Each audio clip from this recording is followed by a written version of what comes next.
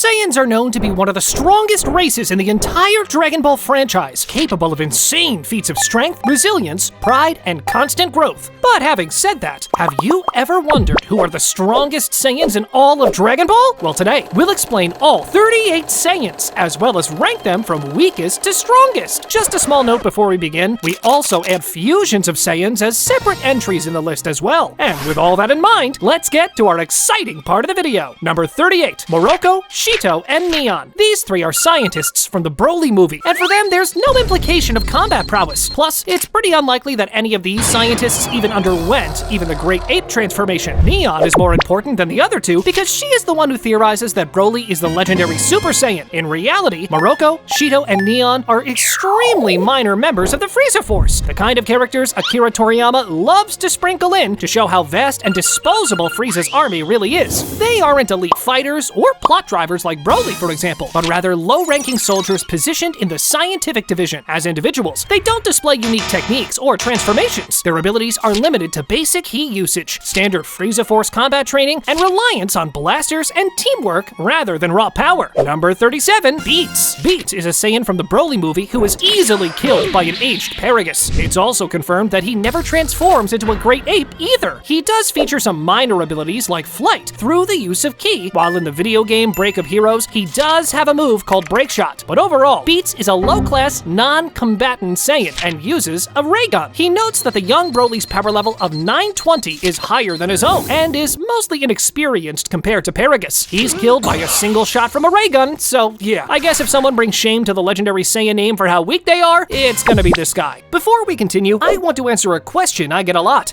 How do I find which clips to use in my videos? Normally, finding specific moments in anime episodes takes forever, but I use WayinVideo, and it cuts my editing time massively. Rather than searching manually in that full episode, you just upload the video in WayinVideo, click on Find Moments, type what you were looking for, and let the AI do its magic. Let me show you a real example. I'm working on a video where I need to pull clips of a specific character. Let's say Goku. I upload the full episode directly into WayinVideo, go to Find Moments, and type in the character's name. Instantly, I get a list of all clips featuring Goku. But that's not all. I can also search by emotions, actions, or even weather. For example, I type fight scene and raid, and WayinVideo pulled up matching clips ranked by virality score, so I can quickly pick the best ones. Once I choose the clips, I can reframe them for TikTok or YouTube Shorts, for example, as well as add dynamic captions and export. Doing this saves me hours of manual searching and makes my workflow so much faster. I usually repeat this for multiple characters or scenes in the episode, which lets me quickly build a bunch of short clips for my video. This works not only for anime, but also movies, podcasts, live streams, or any long video I personally record. I've tried it myself, and it really speeds up everything. And if you want to try, new users get 200 free credits, so you can test it and see how fast it works. But now, back to our video. Number 36, Gine, aka Goku's mother. Gine was not cut out for fighting, which is why Bardock had to save her time and time again. She retired from Team Bardock, which itself was just a team of low-class Saiyans. So again, this says a lot about her overall strength. As she was not cut out for fighting, Gine went on to work at the meat distribution center on planet Vegeta. She had Bardock's two sons, the first named Raditz, and the second, of course, named Kakarot, also known to us as Goku. While Gine has never transformed into a Great Ape in the manga or any other media such as the video games, she has a tail and, by extension, the ability to turn into one when exposed to full moon or an artificial source, such as Power Ball, just as all Saiyans with tails can. While it is unknown what her mental state was in this form, it is likely that as a low-level Saiyan of below-average capabilities, she was reduced to a feral beast. Much like her sons and eldest grandson, Gine possesses a wide range of abilities, starting with basic flight through ki control and standard ki blasts for offense, while also showcasing numerous enhanced techniques across different Dragon Ball games and spin-offs. But obviously, she is gonna be among the weakest Saiyans that we know of. Number 35, King Vegeta's Major Domo. This guy is the Saiyan royal family's butler, most likely not purely fodder, plus he could even use the Great Ape transformation, which, as we all know, is a massive power boost. But since we saw very little of him in action, we're gonna rank him quite low in our list. Number 34, Scarface and Shorty. You see, during the Pendulum Training Room episodes, they easily outdo Krillin, Tien, Yamcha, and Chaozu, and Kami pointed out that they are about as half as strong as the average full-fledged Saiyan warrior, but obviously nothing compared to Nappa or Vegeta. In the games, they have around 400 to 500 base power levels. A movie pamphlet says 3,000, but around 500 makes more sense. They are low-level Frieza Force soldiers whose main role is to further emphasize how outmatched ordinary troops are in the face of overwhelming Saiyan power. Scarface comes off as more aggressive and confident than most grunts, but his bravado quickly proves meaningless when confronted with Broly's raw strength, as he is effortlessly dispatched without showcasing any notable special techniques beyond basic ki use. Shorty is smaller in stature and similarly undistinguished in battle ability, relying on Frieza Force weapons and teamwork rather than personal power, only to meet the same swift and brutal fate. Number 33, Leek. Leek is a Saiyan warrior introduced in the Dragon Ball Heroes continuity, most notably connected to Shallot's backstory. He is portrayed as a mentor-like figure and fellow Saiyan who survives during the chaotic era surrounding the destruction of planet Vegeta, helping guide and train Shallot when he is still inexperienced. Unlike elite Saiyans driven purely by conquest, Leek shows a calmer, more disciplined personality, valuing control and awareness over reckless aggression, which sets him apart from many of his race. In terms of abilities, Leek possesses standard Saiyan powers such as flight, ki manipulation, and enhanced strength and speed, but his real strength lies in his refined combat sense and teaching ability rather than overwhelming raw power. He is capable of holding his own against powerful enemies, yet his narrative role emphasizes growth and legacy, serving as a stepping stone in Shallot's development into a true warrior. Number 32, Raditz, aka Goku's brother. He is a mid-class Saiyan warrior, the older brother of Goku, and the firstborn son of Bardock and Gine. He is one of the few remaining full-blooded Saiyans left alive after his homeworld was destroyed. He seeks out Goku in order to recruit him into the Frieza Force to aid in conquering planets. Being a mid-class Saiyan warrior, he is undoubtedly stronger than our previous cases. For example, Raditz was able to take a point-blank attack from Piccolo and emerge unharmed, and was able to scare the Namekian just by his mere presence. While fighting Piccolo and Goku together, even with their weighted clothing removed, neither could land a single blow on Raditz. Despite Piccolo's special beam cannon being able to land the finishing blow, Raditz was fast enough to dodge the first attack, which prompted Goku to sacrifice his life to hold him in place to take the second. It is stated by Nappa that his power level rivals that of the Cybermen, who have power levels of over 1200. Piccolo's special beam cannon against Raditz is stated to be 1330, which worried Raditz. In the anime, the power level of the second special beam cannon is stated to be 1485, which Raditz said could finish him off. However, Raditz had been weakened by an enraged Gohan, which may have allowed Piccolo's attack to be strong enough, as even Goku could hold Raditz down while severely injured. Number 31, Fasha.